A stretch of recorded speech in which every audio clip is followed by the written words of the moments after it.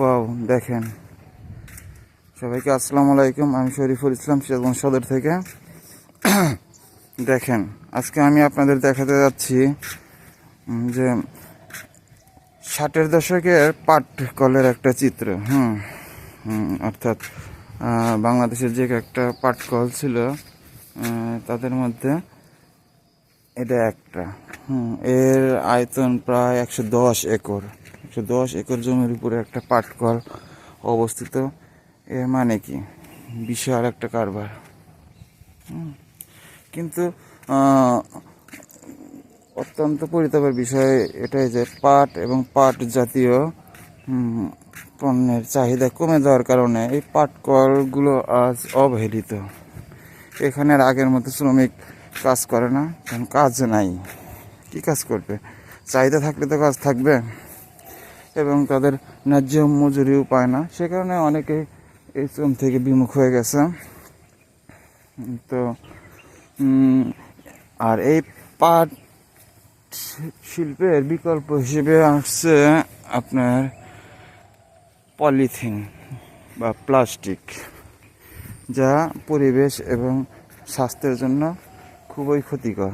তারপরেও আমরা নিত্য প্রয়োজনীয় কার্যক্রম পরিচালনার জন্য পলি ব্যবহার করে থাকি। পলি ব্যবহার না করলেও না, পলি ব্যবহারটা অনেকটাই সুবিধা।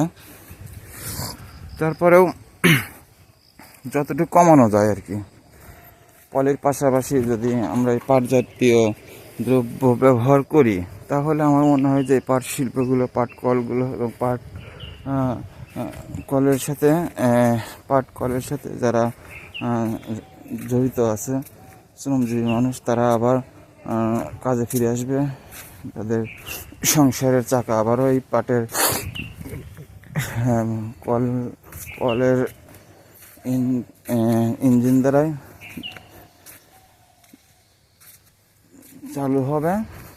তো এটাই আমি আপনাদের নিকট তুলে ধরতে চাইছিলাম যে পাট কলগুলো যথাযথ একটা ব্যবস্থা নেওয়া আর কি। কারণ এত বছরের ঐতিহ্য, ব্রিটিশ শাসন আমলের এই পাট কলগুলো। ওই দেখেন উদয় সাঁকোটা, দেখছেন? সবই আছে এর ভিতরে।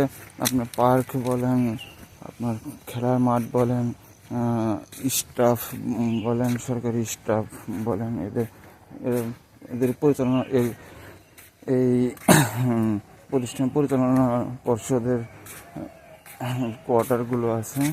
শুধু নেই সেই পাট এবং পাট কলের সাথে জড়িত শ্রমিকগণ। এই দেখেন, এটা একটা মসজিদ, অনেক সুন্দর একটা মসজিদ। এটা পাট মানে অনেক আগের মসজিদ।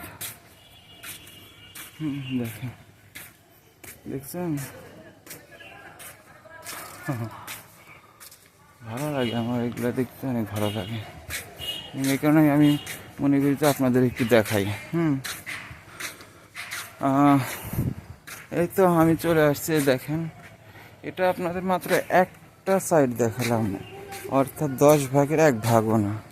তো আপনারা যদি আরও দেখতে চান, আগ্রহ প্রকাশ করেন, অবশ্যই আমি আপনাদেরকে এর খুঁটিনাটি সবই আমি দেখাতে পারবো।